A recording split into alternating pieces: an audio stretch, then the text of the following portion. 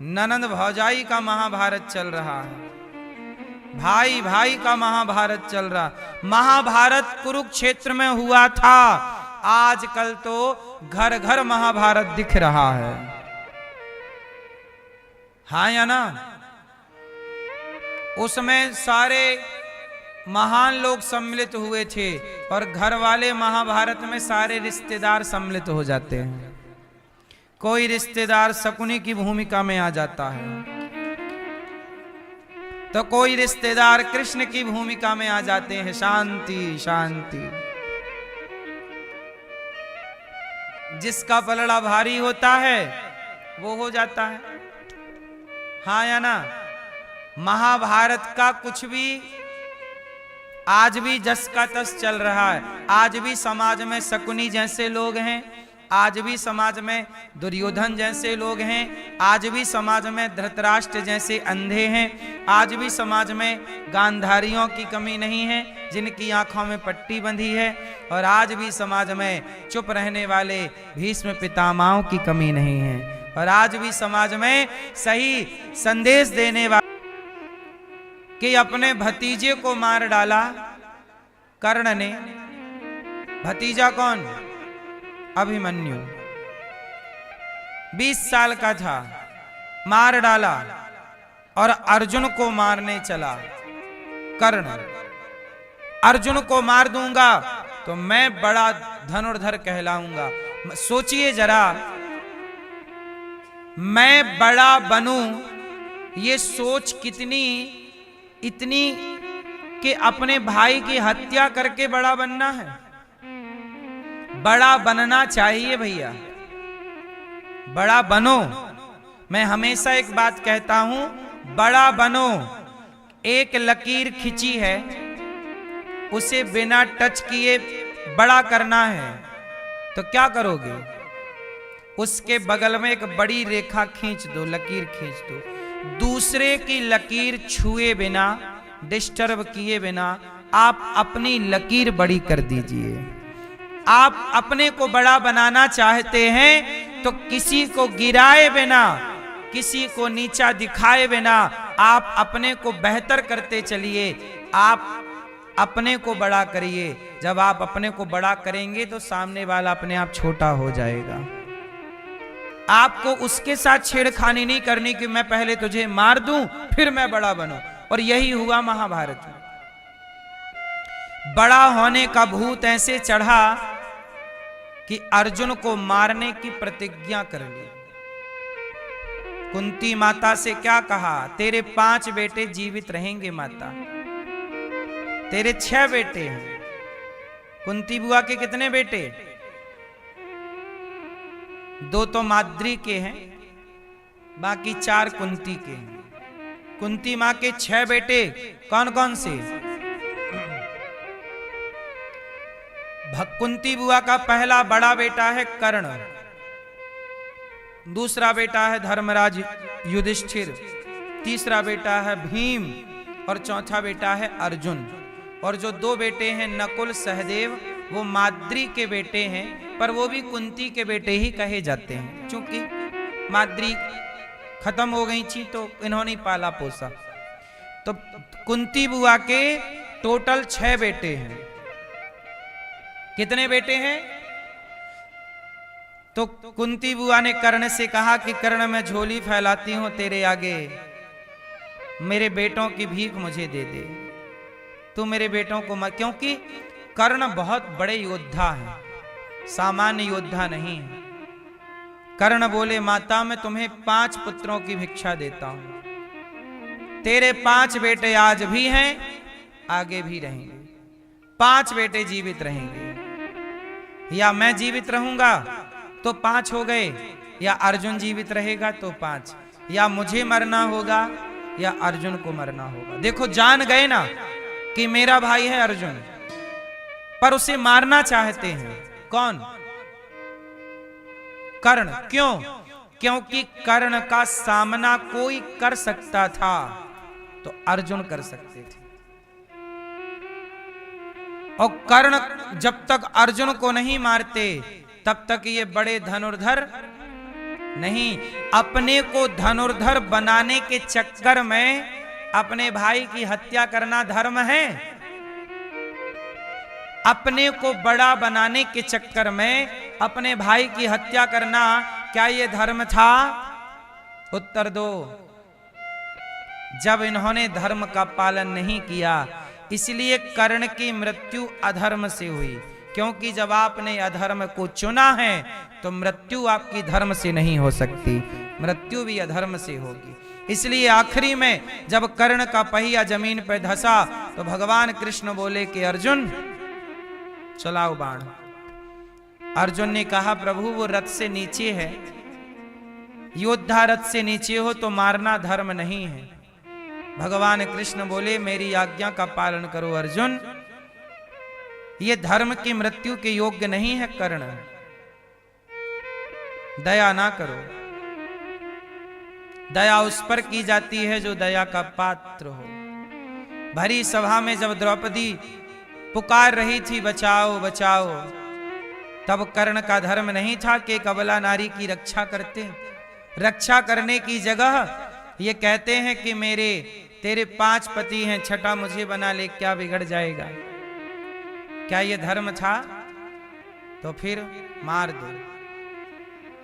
अधर्मी को अधर्म से मारना ही धर्म है, यही कृष्ण की नीति है।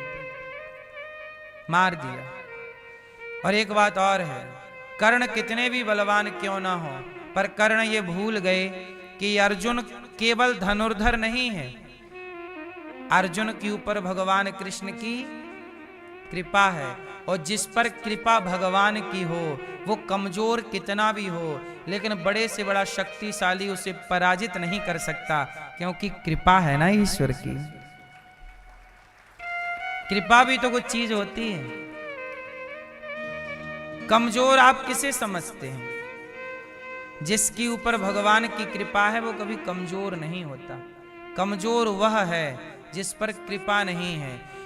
और पांडवों की सेना कमजोर थी पर कृपा का बल था, कौरवों की सेना बलवान थी पर कृपा से वंचित थी। इसलिए बलवान सेना हार गई और कमजोर सेना, पांडव 5 थे, कौरव 100 थे। पांडवों के पक्ष में योद्धा ज्यादा नहीं थे, कौरवों के पक्ष में ना हारने वाले पितामह थे, ना हारने वाले कर्ण थे, ना हारने वाले कृपाचार्य थे, ना हारने वाले गुरु द्रोणाचार्य थे।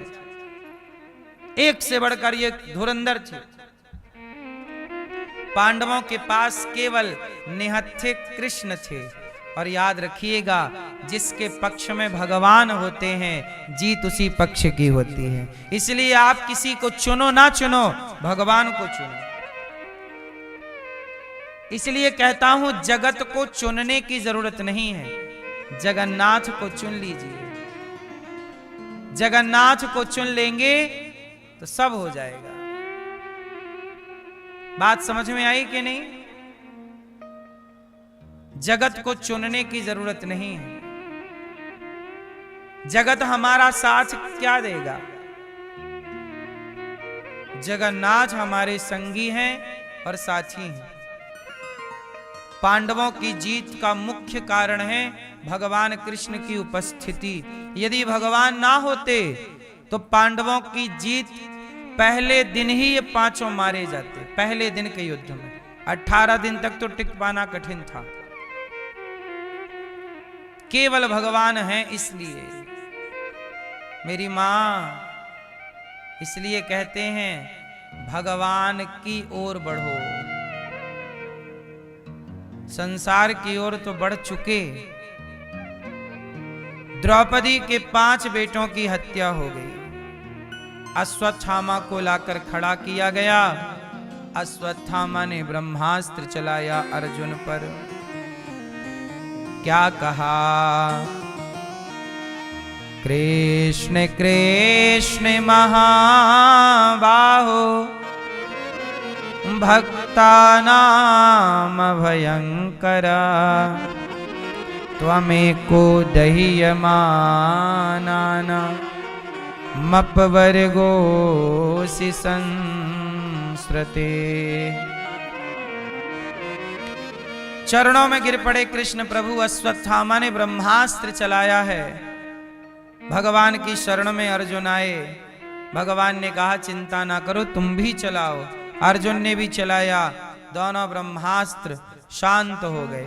अर्जुन ने अश्वत्थामा को पकड़ के द्रौपदी के समक्ष, द्रौपदी तेरे पुत्र का हत्यारा तेरे सामने, जो दंड देना। द्रौपदी बोली इसे मारो मत। क्यों? क्योंकि इसकी मां रोएगी, इसलिए इसे मारो मत। द्रौपदी के अंदर दया है। क्या है मेरी मां? दया धर्म का मूल है, पाप मूल अभिमान। तुलसी दया न छोड़िए, जब तक घट में प्राण।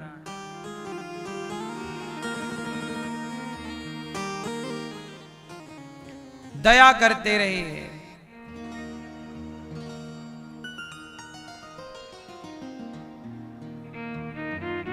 भगवान हम पर किया बड़ा उपकार, हम पर किया।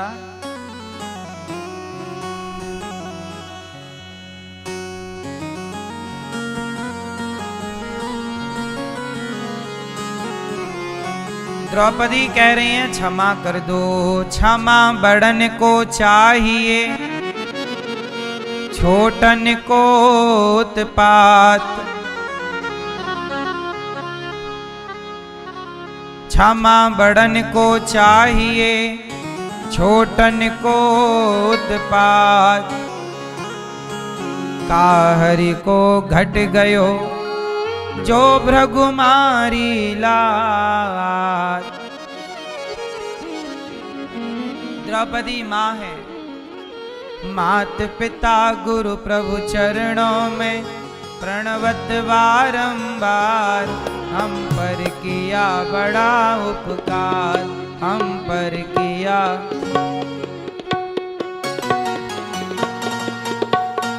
मात पिता गुरु प्रभु चरणों में प्रणवत बारंबार। हम पर किया बड़ा उपकार, हम पर किया बड़ा उपकार। हम पर किया बड़ा उपकार, हम पर किया बड़ा उपकार। मात पिता गुरु प्रभु चरणों में प्रणवत बारंबार। हम पर किया बड़ा उपकार, हम पर किया बड़ा उपकार। किस किस का उपकार है? किस किस का हमारे जीवन में उपकार किस किस का है? 4 लोगों का नाम है। मात पिता गुरु प्रभु चरणों में प्रणवत बारंबार। हम पर किया बड़ा उपकार, हम पर किया बड़ा उपकार।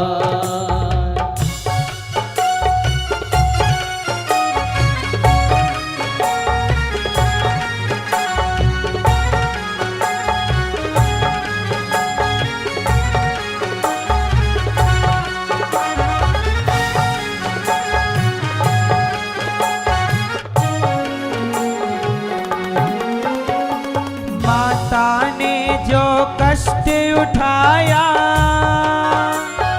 वह ऋण कभी न जाए चुकाया। माता ने जो कष्ट उठाया, वह ऋण कभी न जाए चुकाया। उंगली पकड़ कर चलना सिखाया, ममता की दी शीतल छाया। ममता की दी शीतल छाया, ममता की दी शीतल छाया। जिनकी गोद में पल कर हम कहलाते होशियार। हम पर किया बड़ा उपकार, हम पर किया बड़ा उपकार। मात पिता गुरु प्रभु चरणों में प्रणवत बारंबार। हम पर किया बड़ा उपकार, हम पर किया बड़ा उपकार।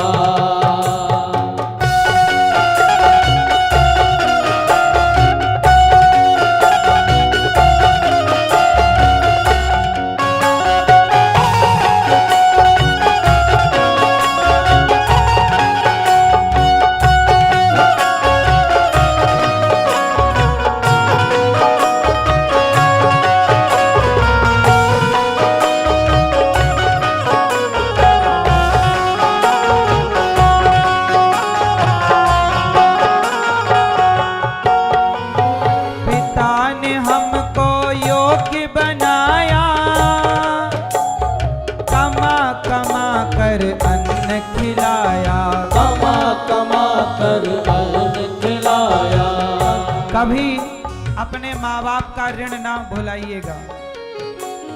पिता ने हमको योग्य बनाया, कमा कमा कर अन्न खिलाया, कमा कमा कर अन्न खिलाया, पढ़ा लिखा गुणवान बनाया, जीवन पथ पर चलना सिखाया, जीवन पथ पर चलना सिखाया, जीवन पथ पर चलना सिखाया। अब सुनिएगा बाप का बलिदान। जोड़ जोड़ अपनी संपत्ति का बना दिया हकदार, हम पर किया बड़ा उपकार, हम पर किया बड़ा उपकार। मात पिता गुरु प्रभु चरणों में प्रणवत बारंबार, हम पर किया बड़ा उपकार, हम पर किया बड़ा उपकार।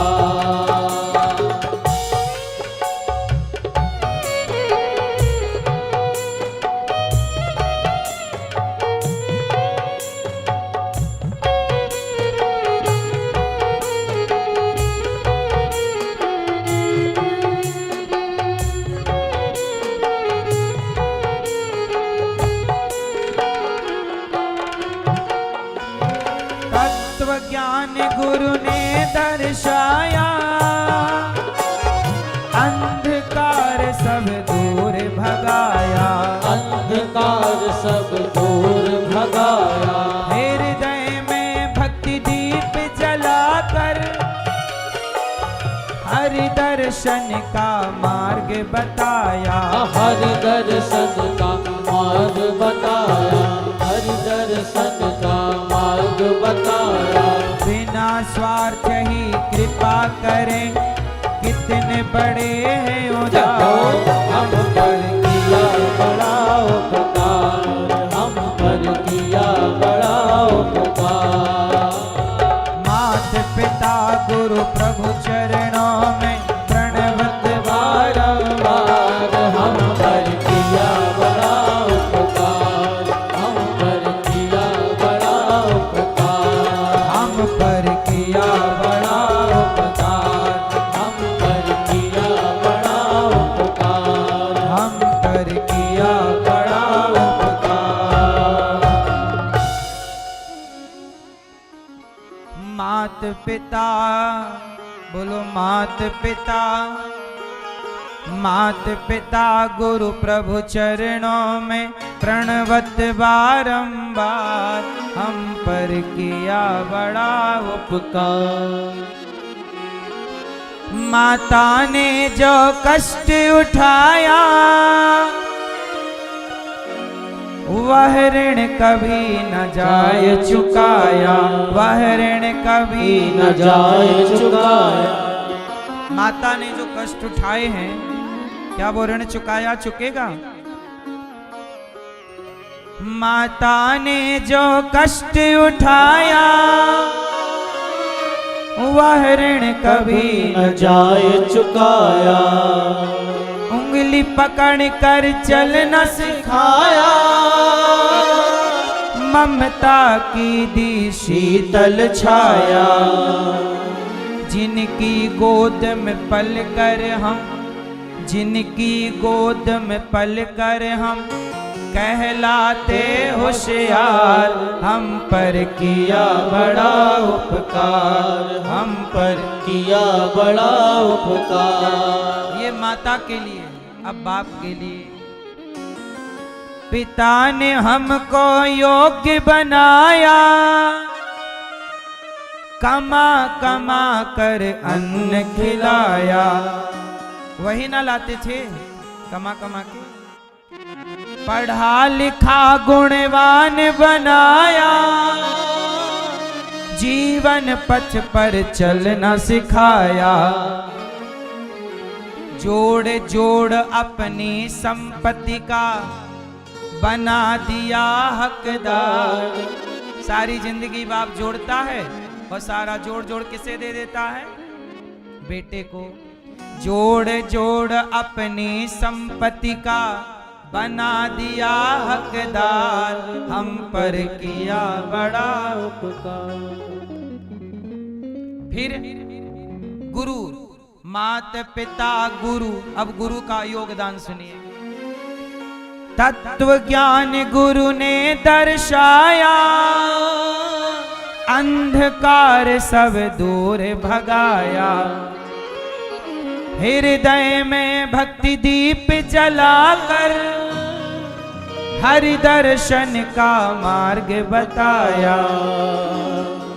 बिना स्वार्थ ही कृपा करें, ये कितने बड़े हैं उदार, हम पर किया बड़ा उपकार। अब मात पिता गुरु प्रभु। अब चौथा प्रभु।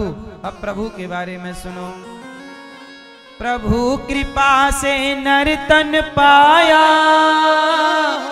संत मिलन का साज सजाया। बल बुद्धि विद्या देकर हमको सब जीवों में श्रेष्ठ बनाया। हमें भगवान ने सबसे श्रेष्ठ बनाया।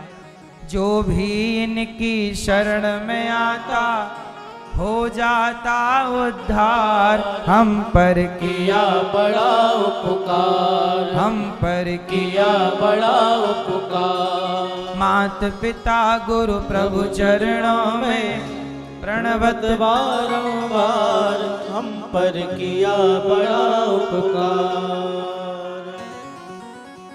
द्रौपदी माता के 5 बेटों को मार दिया। द्रौपदी कह रही है दया करो भैया, इसे छोड़ दो। अश्वत्थामा को छोड़ दिया, सिर की मणि निकाल ली, नगर से निकाल दिया। उत्तरा के गर्भ को नष्ट करने के लिए अश्वत्थामा ने ब्रह्मास्त्र चला दिया। उत्तरा दौड़ी दौड़ी शरण में आई। पाहि पाहि महायोगिन, देवदेव जगत्पते, नान्यं त्वद्भयं पश्ये, यत्र मृत्युः परस्परम्। उत्तरा जब भगवान की शरण में आई तो भगवान ने उत्तरा के गर्भ की रक्षा की और उत्तरा को मुक्त कर दिया। उत्तरा के गर्भ में जो अभिमन्यु के पुत्र परीक्षित हैं, भगवान ने उनकी रक्षा की। अब भगवान जाने लगे द्वारिका। कुंती बुआ ने हाथ जोड़ कर कहा, कृष्णाय वासुदेवाय देवकी नंदनाय च नंद गोप कुमाराय गोविंदाय नमो नमः। आज कुंती बुआ भगवान से बोली, हे द्वारिकाधीश, आज मैं आपसे कुछ मांगना चाहती हूँ। क्या? बुआ कुछ मांग लो। कुंती बुआ भगवान से कुछ मांगती हैं। क्या? विपदा सन्तु नः शश्वत्, तत्र तत्र जगद्गुरो, भवतो दर्शनं यत् स्यात्, अपुनर्भव दर्शनम्। बात समझ में आई? क्या क्या मांगा कुंती बुआ ने? विपदा सन्तु नः शश्वत्, तत्र तत्र जगद्गुरो, भवतो दर्शनं यत् स्यात्, अपुनर्भव दर्शनम्। सुख में क्या है? डर है भूल जाने का, और दुख में याद बनी रहती है। इसलिए कुंती बुआ भगवान को भुलाना नहीं चाहती। कुंती बुआ बहुत बड़ी भक्त हैं। बुआ तो हैं ही, पर भगवान का भरोसा पूरा है। कुंती बुआ इस बात को जानती हैं कि प्रभु ना होते तो कुछ भी ना होता। अर्जुन भले इस अभिमान में रहते हैं कि मैंने महाभारत जीता, पर कुंती सच्चाई को जानती हैं कि अर्जुन का कोई बल नहीं है, यह कृष्ण की कृपा है। कई बार हम लोग इस घमंड में आ जाते हैं, हमने किया है, हमने किया है, हमने किया नहीं। हम इस घमंड को पाल जरूर लेते हैं कि हमने किया है, पर सच्चाई यही है कि हम नहीं करते, हमसे भगवान करा लेते हैं।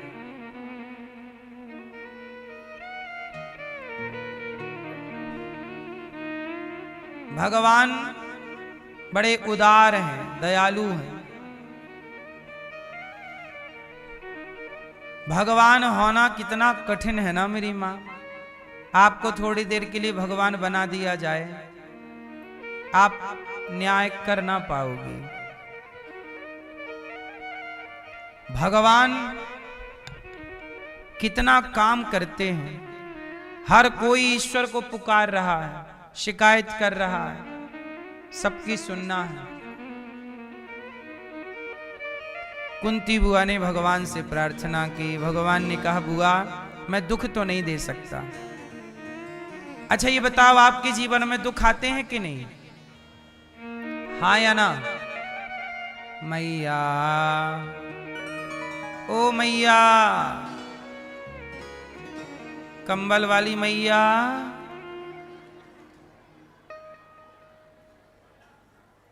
आपके जीवन में दुख आते हैं कि नहीं? हाँ या ना? आते हैं। ये बताओ, दुख आपको कौन देता है? मैया, आपके जीवन में दुख आए? किसने दिया था दुख? सब चुप रहोगे। कौन दुख दिया था आपको? दुख कौन देता है? आप तो कह रही थी दुख था हमारे जीवन में। है? कौन दे रहा आपको दुख? दादाजी, दुख कौन देता है? भगवान। दुख भगवान देते हैं। तो आपकी भगवान से कोई दुश्मनी है क्या कि आपको ही बस दुख दे रहे हैं? मैया, आपको दुख किसने दिया? सास ने? हैं? फिर आपको दुख किसने दिया मैया? हैं? आपको दुख किसने दिया? कई बार हम लोग कहते हैं भगवान ने दुख दिया, उन्होंने दुख दिया, उसने दुख दिया। सुनो, ना तो किसी को भगवान दुख देते हैं, ना कोई व्यक्ति दुख देता है।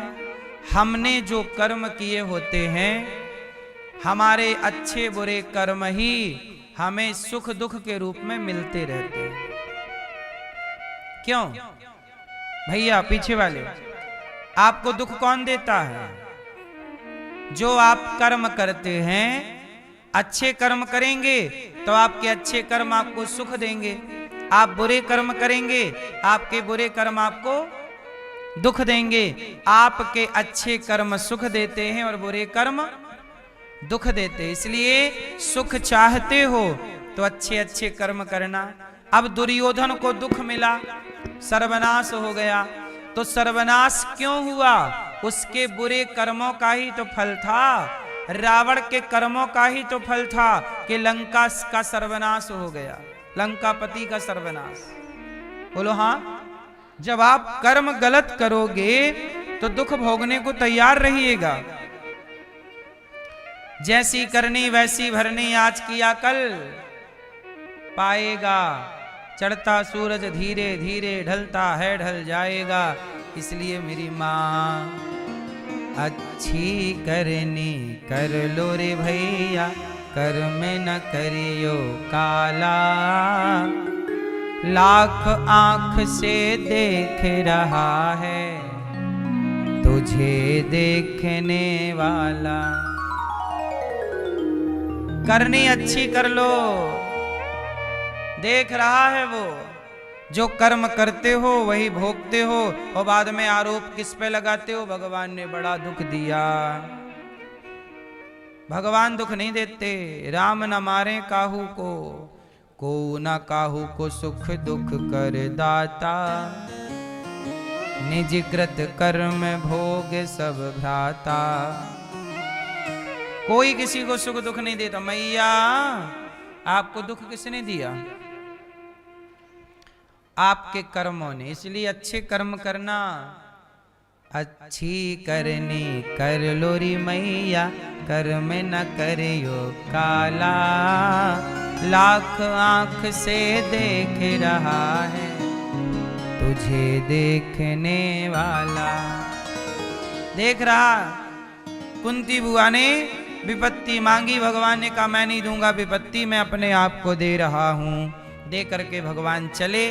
भीष्म पितामह, एक दिन भगवान कृष्ण ने आंख बंद किए थे, आंख और ध्यान कर रहे थे। अर्जुन आए, अर्जुन हंसने लगे, वाह प्रभु, सारी दुनिया आपका ध्यान करती है क्योंकि आप भगवान हो, आज आप ध्यान कर रहे हो। किसका? भगवान कृष्ण ध्यान कर रहे हैं। अर्जुन ने कहा किसका? आप तो भगवान हो, सारे लोग आपका ध्यान करते हैं, आप किसका ध्यान कर रहे? तब भगवान बोले सारे भक्त मेरा ध्यान करते हैं, मैं भक्तों का ध्यान करता हूं। अर्जुन बोले प्रभु वो कौन खुश नसीब है जिसका ध्यान आप कर रहे हैं। तब भगवान कृष्ण ने किसका नाम लिया जानते हो? किसका? भगवान कृष्ण किसका ध्यान करते होंगे आप बताओ हैं? कौन इस समय किसका ध्यान कर रहे थे? महाभारत पूरा हुआ है, अभी अभी ताजी ताजी बात है, आप बताओ किसका ध्यान कर रहे होंगे भगवान? हाँ, आज भगवान श्री कृष्ण भीष्म पितामह का ध्यान कर रहे हैं। किसका ध्यान कर रहे हैं? भीष्म पितामह कौन है? बहुत बड़े भगवान के भक्त हैं। कौन है? जोर से, वो तो मजबूर हैं। पितामह भक्त हैं पर पितामह मजबूर थे, कौरवों का साथ देने के लिए विवश थे, वरना वो हृदय से तो पांडवों की तरफ थे। बाणों की सैया पर लेटे हैं, पितामह की आंखें खुली हैं, खून एक एक बूंद बह चुका है, टुकुर टुकुर देख रहे हैं, पूरी आंखें खुल नहीं रही हैं। और हर बार हर श्वास में श्री कृष्ण श्री कृष्ण क्या पुकार रहे हैं पितामह? श्री कृष्ण श्री कृष्ण श्री कृष्ण। बाणों की सैया पर है, श्री कृष्ण श्री कृष्ण। जबकि पितामह को इच्छा मृत्यु का वरदान है, बाण घुसे हैं शरीर में, कितना दर्द हो रहा होगा, चाहते तो मर सकते थे। आत्मा वो इच्छा मृत्यु का वरदान था ना, मर जाते। नहीं, मैं नहीं मरूंगा, कब तक नहीं मरूंगा, बस आखिरी बार कृष्ण को देख लो। श्री कृष्ण पुकार रहे हैं पितामह भीष्म। तब भगवान कृष्ण आंखें बंद करके ध्यान कर रहे हैं। अर्जुन बोले किसका? बोले पितामह का। अर्जुन आज मुझे पितामह से मिलने जाना है। भगवान तैयार हुए और चल पड़े। पांडव भी चल पड़े, द्रौपदी भी चल पड़ी, कुंती बुआ भी चल पड़ी, सब चल पड़े। आगे आगे कृष्ण, पीछे पीछे सब। पितामह को लगा कि कोई आ रहा है, थोड़ी सी आंखें खोली। अब जरा सोचो ना, बाणों की सैया पर पड़े हैं, कितना कष्ट होगा।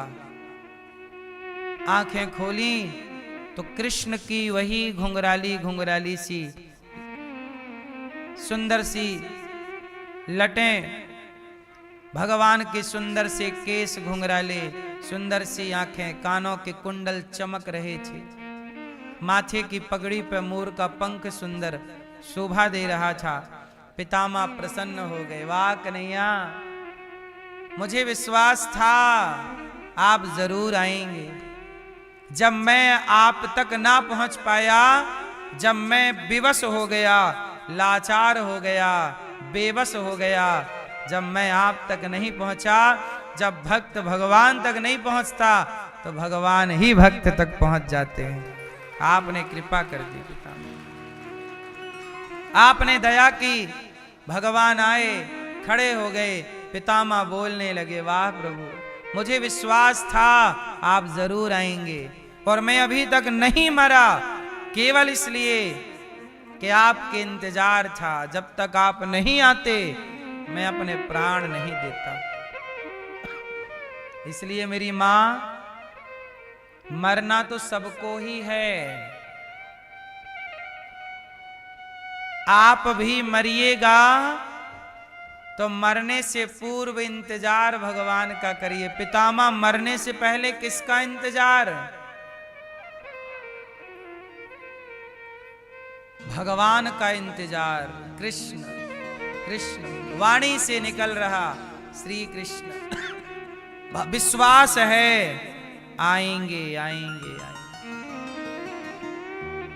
आप लोग भी ऐसी ही मौत लीजिएगा जहां इंतजार कृष्ण का हो, वाणी भगवान के नाम में लगी हो। आप लोग इंतजार करते हो बेटे को बुला दो, बेटे को, पोते को, पोती पोता, बेटा बेटी। ये मरना नहीं है। बिंदास जिंदगी जिए हो, शान से जीवन जिए हो, शान से मरो। पितामह पुकार रहे हैं कृष्ण, कृष्ण आ गए भगवान के चरणों में। पितामह बोले प्रभु मैं लेट नहीं सकता आपके चरणों में, मेरे शरीर में बाण घुसे हुए हैं, मेरा प्रणाम स्वीकार कीजिए। भगवान बोले पितामह प्रणाम, स्वीकार कर लिया। पितामह बोले कन्हैया अब मैं मर रहा हूं, अब मैं आपके दर्शन करते करते ठीक ठीक मरूंगा, लेकिन मरने के पहले मेरी एक इच्छा है, क्या पूरी करोगे?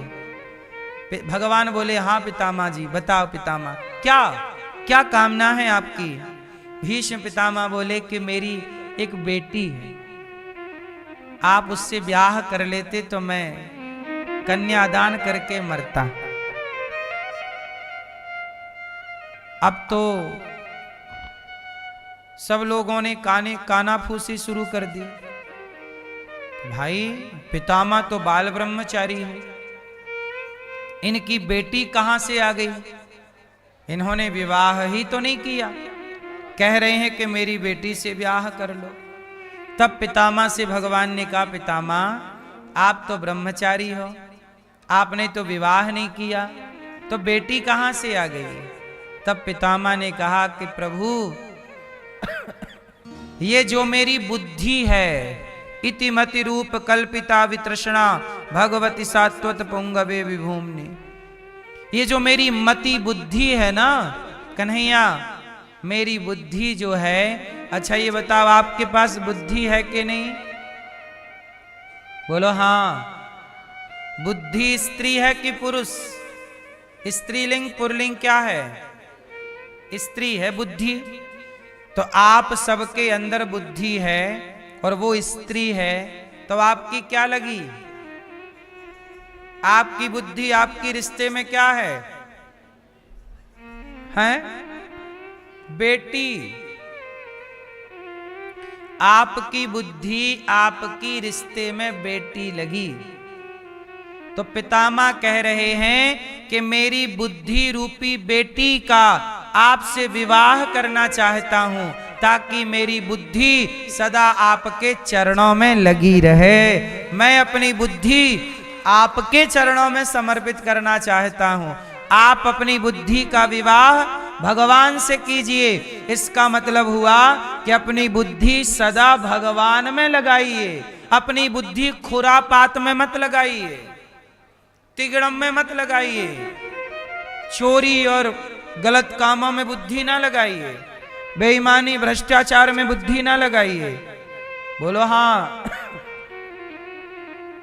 कुछ लोग आपसे ओटीपी लेके आपका बैंक खाली कर देते हैं, इनके पास भी तो बुद्धि है ना, पर ये अपनी बुद्धि दूसरों को लूटने में खर्च कर रहे हैं। वो पितामह ने अपनी बुद्धि भगवान के चरणों में समर्पित कर दी। इसलिए कहता हूं आप सब भी अपनी अपनी बुद्धि भगवान को सौंप दीजिए। तुम्हें सौंपता हूं अमानत तुम्हारी। बुद्धि लगी रहे, एक पल के लिए आप भगवान को भूलें ना। बुद्धि सदा भगवान के चिंतन में लगी रहे।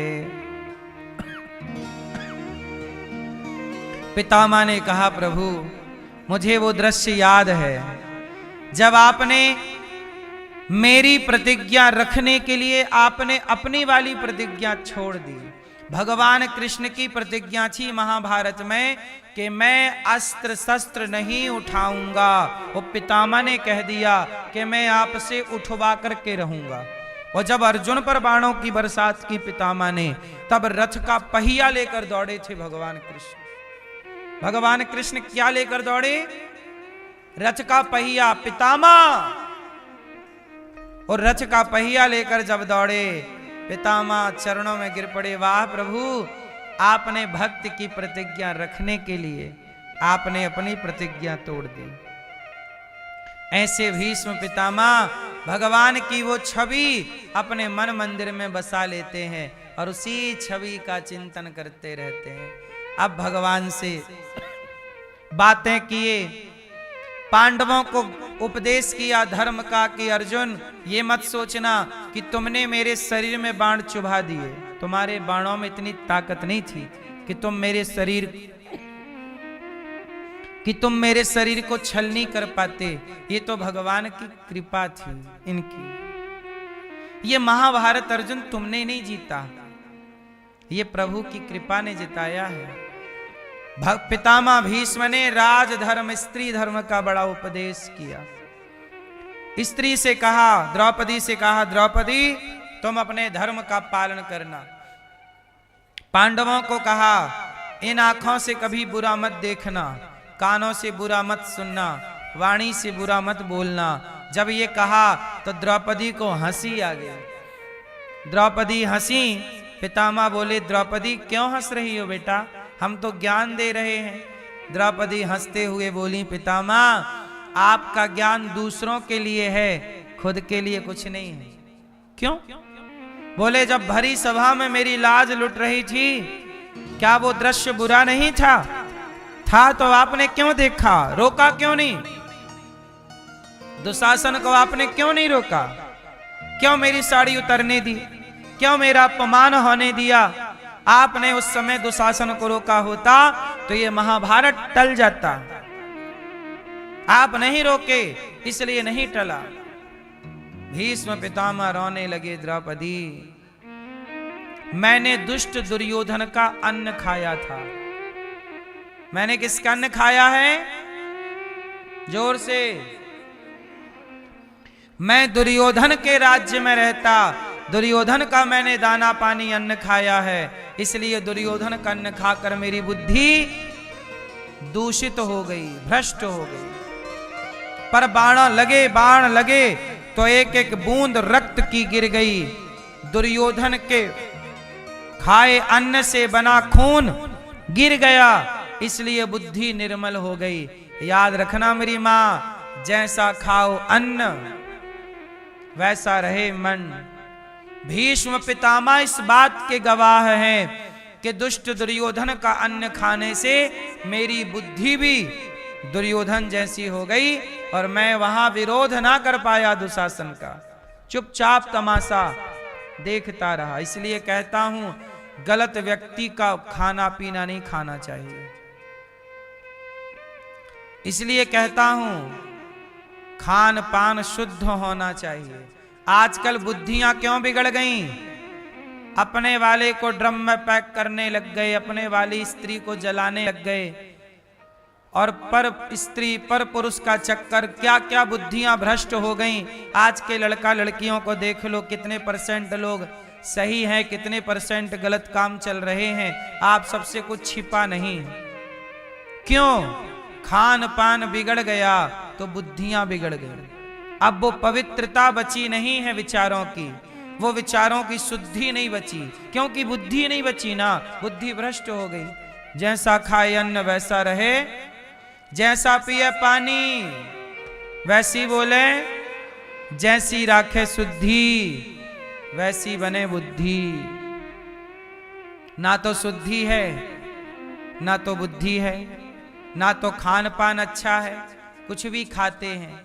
किसी के भी पास खड़े होके खिलाने वाला नहाया है कि नहीं, भोग लगाया है कि नहीं, नाक पहुंचते जा रहा, उसी से भर भर के पानी पिलाते जा रहा, ले मस्त। नाक पहुंचते जा रहा। ले जय।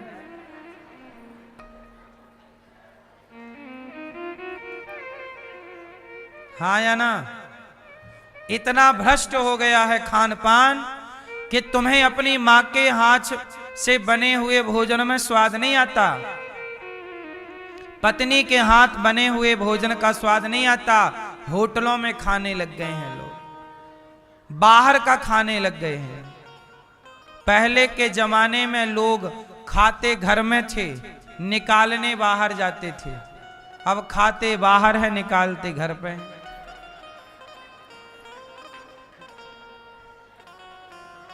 देख तेरे संसार की हालत क्या हो गई भगवान, कितना बदल गया। खाना पीना घर का सही कि बाहर का? बोलो। पवित्र चाहते हो विचारों को, पवित्रता चाहते हो विचारों की, तो खान पान को बेहतर करो, संगति को बेहतर करो। संगत से गुण आते हैं, संगत से गुण जाएं। कुछ भी ना खाया करो, खाना पीना जो है घर पे बनाओ। बाहर की चीजें, और सच्चाई तो ये भी है कि बाहर की चीजों में जरूरत से ज्यादा मिलावट है। हर चीज में ले लो। मेरे पास एक भाई आया प्रश्नोत्तरी में, जो आप लोग वो सॉस वगैरह नहीं खाते, सॉस, टमाटर का सॉस आता है। आप लोग अपने घर में टमाटर की चटनी बनाना, आप अपने घर पे टमाटर का सॉस बनाना, तो आपके घर का टमाटर का सॉस 2 दिन चलेगा केवल, तीसरे दिन सड़ जाएगा। लेकिन बाजार में टमाटर सॉस 2-2 महीने, 6-6 महीने, 1-1 साल की एक्सपायरी डेट रहती है। क्यों भैया? टमाटर सॉस आप घर पे बना के प्रैक्टिकल करना, 2 दिन से ज्यादा नहीं चलेगा। बाहर वाला क्यों चलता है? केमिकल डलता है। ये तुम्हें पता है तो काहे खाते हो? बाजार का जूस अनार का मिलता है, आप अनार का जूस घर पे अनार लाओ, अनार के दाने से रस निकालो, गिलास पे रख दो। अनार का जूस आज यदि निकाल लिया और कल उस जूस को पियोगे खराब हो जाएगा। लेकिन बाजार में आज अनार का जूस 1-1 महीने पुराना बिक रहा है, 6-6 महीना पुराना। काहे भैया? उसमें अमृत डला है क्या? कंपनियों के पास क्या इंद्र से कांटेक्ट हो गया है? मेरी मां काहे बच्चों की उम्र घटा रही हो जहर पिला पिला के? पैक वाला जितना भी सामान आप खाते हो, पैकिंग। एक बात बताओ, आपके घर में कोई भी चीज हो, आप बताओ गेहूं का आटा कितने दिन चलता है? चक्की पे पिसाया गेहूं पिसवाओ और घर ले आओ, वो आटा कितने दिन चलता है? जोर से हैं? बोलो मेरी मां। अधिक से अधिक 1 महीना, वरना 15-20 दिन में ही उसमें कीड़े पड़ने शुरू हो जाते हैं। आटा ज्यादा से ज्यादा 1 महीना चलता है, लेकिन बाजार का आटा 6-6 महीने पुराना पैकिंग वाला। क्यों? वो आटा कम है, जहर ज्यादा है। लेकिन अब आपको क्या, किसे फुर्सत है कि गेहूं खरीदे, किसे फुर्सत है कि गेहूं धोए और गेहूं धो के जितना चाहिए उतना आटा पिसवाए और उतना खाए। हर 15 दिन में पहले आटा पिसता था, यही प्रोसेस था। पहले के लोग स्वस्थ क्यों थे? सब खान पान सही था। अब हर चीज पैकिंग वाली चाहिए आपको, और याद रखना पैकिंग की हर चीज नुकसानदायक है। तेल डबल रिफाइंड, केमिकल से उसे साफ करते हैं, केमिकल का अंश रह जाता, वही कैंसर, वही शुगर, वही ब्लड प्रेशर की बीमारियां, वही लीवर किडनी डैमेज कर रहा। और आप दिनों दिन मरीजों की आबादी बढ़ रही है देश में। क्यों? खान पान गलत। भैया घर का खाओ, सीधा सा खाओ।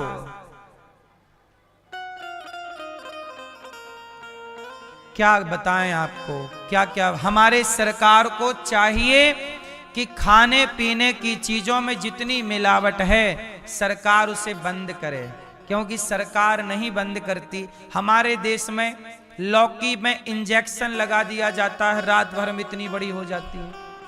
अब वो इंजेक्शन वाली लौकी जो खाएगा वो मरेगा कि नहीं? बच्चा भी खा सकता है छोटा सा, बोलो हाँ। इसका मतलब सरकार को ध्यान देना चाहिए और जितनी मिलावटी चीजें हैं सबको बंद करना चाहिए। अरे जिस देश में खान पान ही सही ना हो वहां लोग सही कैसे रहेंगे? आपको बीमार बनाने का एक बहुत बड़ा षड्यंत्र चल रहा है कि आप लोग बीमार बने रहें, तो पैसे दवाइयों के नाम पे। दवाइयां 1 रुपए की दवाई बाजार में 50 रुपए की बिकती है, इतना मार्जिन है दवाइयों में। बात समझ में आ रही है कि नहीं?